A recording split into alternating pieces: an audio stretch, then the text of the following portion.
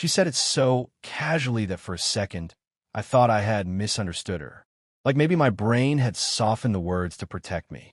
But then she looked straight at me and repeated it, slower this time. You need to leave for a while. Her tone wasn't angry. It was worse than that. It was indifferent. My friend are coming over. She adjusted her bracelet like the conversation was already over. And they don't like you. That was the moment something inside Carter Whitfield didn't break. It recalibrated. He didn't argue. He didn't ask why. He didn't remind her that his name was on the lease too. He just stood there in the middle of their Scottsdale living room, realizing he had already been leaving for months. Not physically, but emotionally, because this wasn't the first time Sloane Harrington had made him feel like a guest in his own life. It just happened to be the first time she said it out loud. The house was quiet except for the faint hum of the wine cooler. Everything about it looked expensive. Everything about it felt temporary. Carter glanced at the framed photos on the wall. Vacations. Events. Perfect smiles. None of them looked like this moment. All right, he said, and even that word surprised him. Sloane didn't look up immediately. She was scrolling through her phone. Then she nodded, like she had expected compliance. Thanks for understanding. Understanding. That word sat heavy in his chest. Because he did understand. He understood that somewhere along the way, respect had been quietly replaced with convenience. He understood that her world had expanded in a direction that no longer included him. And most importantly, he understood that this wasn't about her friends. This was about hierarchy, and he had been quietly moved to the bottom. He walked to the bedroom without saying anything else. Not rushed, not dramatic, just deliberate. Every step felt like a decision. He opened the closet. Half of it was still his, or at least it used to be. Now it looked like overflow space. His clothes were pushed to one side, compressed, like they had been shrinking to make room for something else. He reached for a duffel bag, not the big suitcase. That would feel like leaving. This was just stepping out. At least, that's what the situation pretended to be. As he packed, something strange happened. There was no anger. There was clarity. And clarity, he realized, was more dangerous than emotion. Because anger fades, clarity stays. He folded his shirts slowly, not because he needed to, but because he wanted to feel the weight of each decision. Behind him, he could hear Sloane laughing softly on the phone. Her voice was lighter now, freer. I know. He's stepping out for a bit. She paused. No, it's fine. He won't be here. Carter stopped folding for a moment, not because it hurt, but because it confirmed everything. This wasn't a request. It was a removal. Before we go further, drop in the comments and tell me this. If someone asked you to leave your own home just to make their friends comfortable, would you walk out quietly, or would you draw a line right there? He zipped the bag. The sound was final.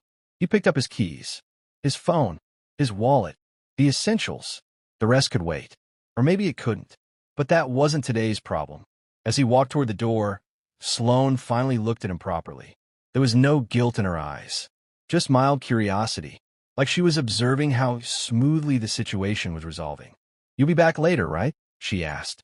Carter paused, not because he needed to think, but because he wanted to choose the exact truth. I'll see, he said, and for the first time, Sloane hesitated. Just slightly.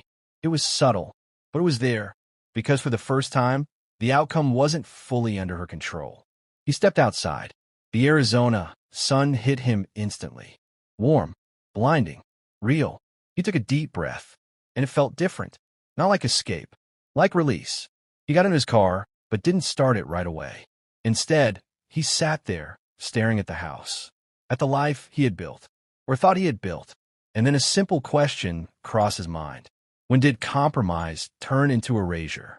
Because he had been flexible, supportive, patient, and somewhere along the line, those qualities had been reinterpreted as weakness. He started the engine, but instead of driving aimlessly, he did something unexpected. He called someone, Reed Calloway, his attorney. The phone rang twice. Carter, I need to review something, Carter said. His voice was calm, too calm. Lease agreement, joint assets, everything. There was a pause on the other end. Is everything all right? Carter looked at the house one last time. No, he said, but it's about to be. That was the shift. Not loud, not dramatic, but decisive. Because for the first time, Carter wasn't reacting. He was preparing. The next few days moved quietly. Intentionally. He didn't go back that night. Or the next. Instead, he stayed at a boutique hotel in downtown Scottsdale. Minimal. Clean. Detached. Exactly what he needed. Reed went through everything with precision. Lease terms. Financial contributions. Ownership structures.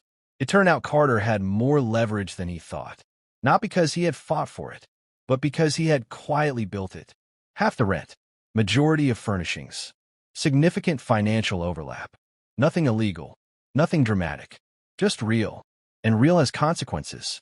Meanwhile, Sloane texted. At first casually. Hey, when are you coming back? Then slightly annoyed. This is getting weird. Then defensive. You're overreacting. Carter didn't respond immediately.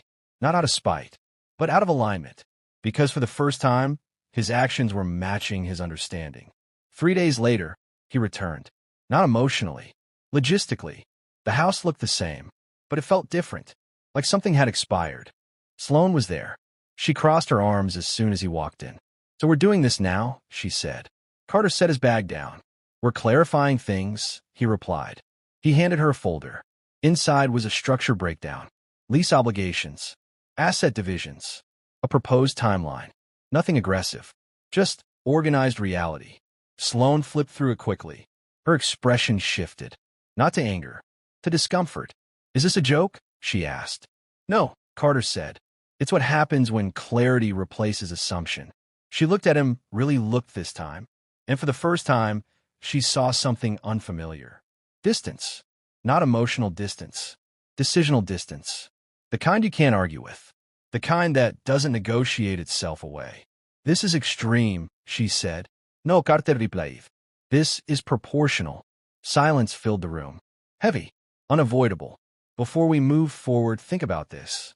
When someone finally stops tolerating what they've been quietly enduring, does it feel like an overreaction or just a delayed response? Sloane set the folder down. You're seriously doing all this because I asked you to leave for one night? Carter shook his head slowly. No, he said.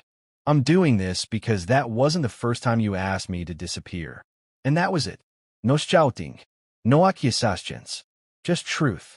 The kind that doesn't need volume to land. Over the next few weeks, everything transitioned. Legally. Practically. Cleanly. They separated the lease. Divided the assets. Untangled the shared routines. It wasn't messy. It was methodical, which somehow made it more final. Sloane tried, briefly, to pull things back. Not emotionally. Structurally.